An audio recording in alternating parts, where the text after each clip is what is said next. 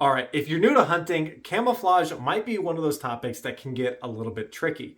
Now, for really high quality camo, you're definitely going to be spending a pretty penny, but you don't necessarily have to spend a lot of money in order to have decent camouflage that'll get the job done.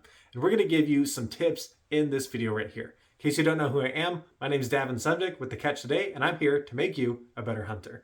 So, without any further ado, we're going to use my wife as an example for our first tip, which is to sometimes buy oversized items. That way you can wear them over things, because these are not necessarily fashion pieces. You're not wearing this to look a certain way. You're just trying to wear them to blend in. And sometimes an oversized hoodie can get the job done.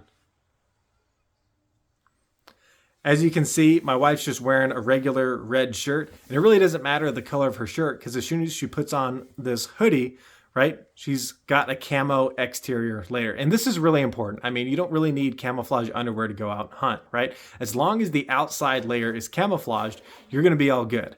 Now, is having camouflage underlayers going to be more convenient? I'm not saying it wouldn't be more convenient, but you can absolutely do it with, just one exterior camo layer. And this would be good for cooler weather where, you're not really worried about the cold.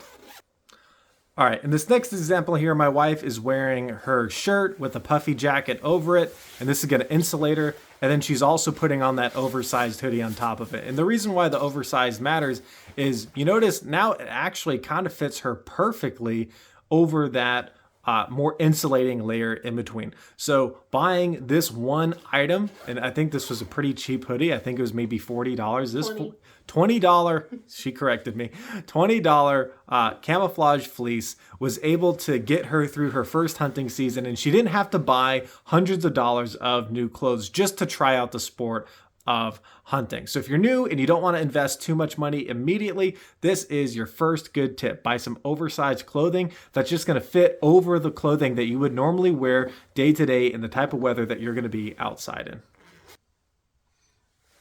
All right, so that's just one example of really affordable camouflage that's going to really help you out. This next one is a little bit controversial, but it'll give you some details that are going to help you out with it. The next one is Army surplus camo. Now, a lot of people would say that it's a faux pas to wear fatigues out hunting, and I would definitely agree. Make sure you remove any of the patching that could kind of identify any rank, so that way you're not confused with an Army member. It's very, very clear that you're not a service member. You're just somebody who bought some extra gear that used to be used by the military and is no longer in use.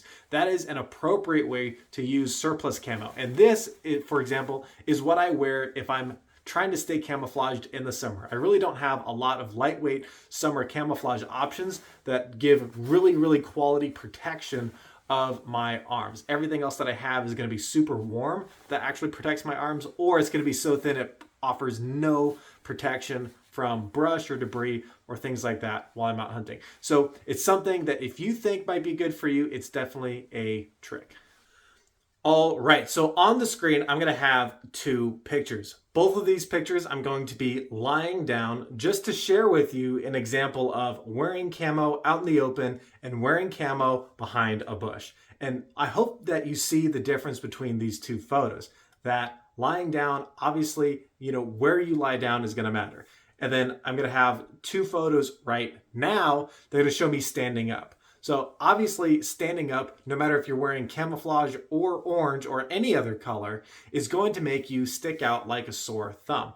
So when you're moving and all that kind of other stuff that you're doing while you're hunting, you're going to want to make sure that you're low to the ground underneath the brush line and that you're actually protected by any kind of a physical, visible barrier that's going to prevent things from seeing you when you're out in the wild. So with that being said, hopefully you understand that the skill of camouflage is something that can be done not only on a budget, but it's actually a skill that you can practice in your free time. Another couple of tips that I'll give you is that you can buy burlap or other camouflage items and make your own camouflage at home. I'm going to have a picture of a ghillie suit up here on the screen just as an example, but people make their own at-home camo all the time, and it can be a really fun craft for some people to do, and you'll blend in really, really well, even if you're a little bit exposed, like in some of the pictures I showed you earlier.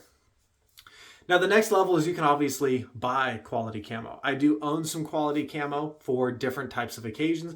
I own some duck hunting camo that I only wear out duck hunting, and I wear some deer camo that I only wear out deer hunting. And it makes sense. You want to make sure that the material that you're using and the pattern that you're using is going to be appropriate for your background.